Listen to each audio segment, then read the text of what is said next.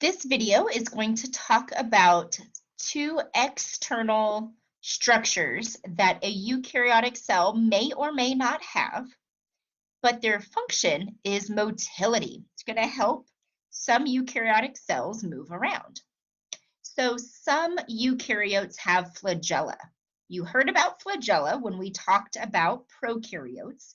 And so there are some similarities, but there are also some differences. So just like with prokaryotes, the purpose of flagella in eukaryotes is movement. But that's about all they have in common. The actual structure of eukaryotic flagella is different than prokaryotic flagella, and the way that they move is also different. Okay, so in eukaryotes, flagella have an undulate movement. It's kind of like if you've ever seen how a snake moves, kind of it looks like it's wavy, but it moves kind of in a diagonal direction.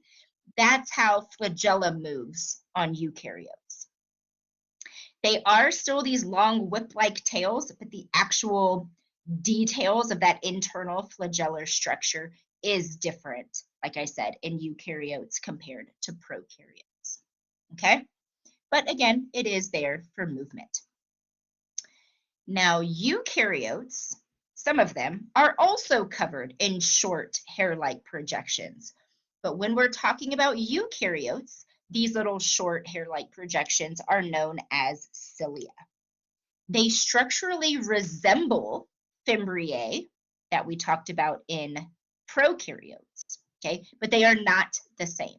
So just remember, fimbriae are unique to prokaryotes, cilia are unique to eukaryotes, okay? But they do have a general overall similar appearance. So with eukaryotes, the cilia is for movement, and they move in a rowing motion to kind of propel the bacteria forward.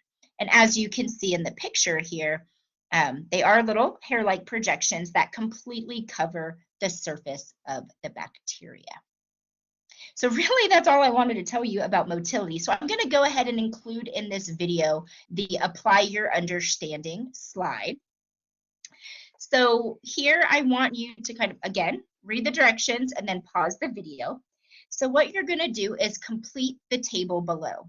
So I have in the first column some key eukaryotic structures or components of the eukaryotic cell. And then what I want you to do is fill in the middle column with what is the purpose or the function of that structure, and then compare it to what part of a school does the same thing. Okay, so I did the first one for you. So remember, the plasma membrane is like the walls or the outside border of a cell. So we would compare that to the outside walls of the school building, right? It's those outer walls that say, hey, this is the school. Everything else is not the school, okay? So go through and think about, what does the nucleus do? And then say, okay, where in a school is this same job done? All right, so go ahead, pause the video. I highly recommend you do these activities. When you're ready, go ahead and turn it back on, and I'm going to walk through some answers.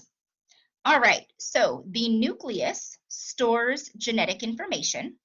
And what I'm going to do, y'all, is just go through the function first. And then when we move on to the last column, I'll remind you of the function and then relate it to a school. Okay, so the nucleus is where all the DNA or the genetic information is stored. The endoplasmic reticulum is where all those macromolecules are made. We refer to that as biosynthesis. Once things are made in the endoplasmic reticulum, they move to the Golgi, where they are modified and distributed, okay, to their final destination. The lysosome digests or degrades things in the cell. The mitochondria makes usable ATP. The chloroplast also makes energy, but remember, photosynthesis happens in the chloroplast, and the end goal of that is to provide food, aka energy, for the cell. Then we have vacuoles, which are just storage compartments, and the peroxisome its main role is detoxification. Okay? So now let's go ahead and take those functions and think about where in a school do these same things happen. Okay? So where in a school are important information going to be stored? Probably in the admin office, right? Principal's office, or maybe like the administrative assistant. Okay. Now, I do want to note that there are going to be multiple right answers for some of these. These are just what I came up with. All right. So for the endoplasmic reticulum, where lots of things are made, I took a teacher approach to this one. And I said in the classroom, okay, because that's where the teacher is coming up with and making resources for his or her students. Okay. Now, again, you could have taken a lot of different approaches when you're comparing this to part of a school, but as long as the part of the school that you talked about makes important things, you're good to go. So then again, with the teacher approach for the Golgi, I thought, okay, well, where does the stuff that teachers make in their classroom, where does it get modified and then distributed? And so I said the copy room, because when I tend to color code my stuff, so I may make one activity on green paper and another thing on red paper, right? So I thought the copy room is going to kind of be where I bring my resources, put the finishing touches on them, and then I'm going to distribute them to my students.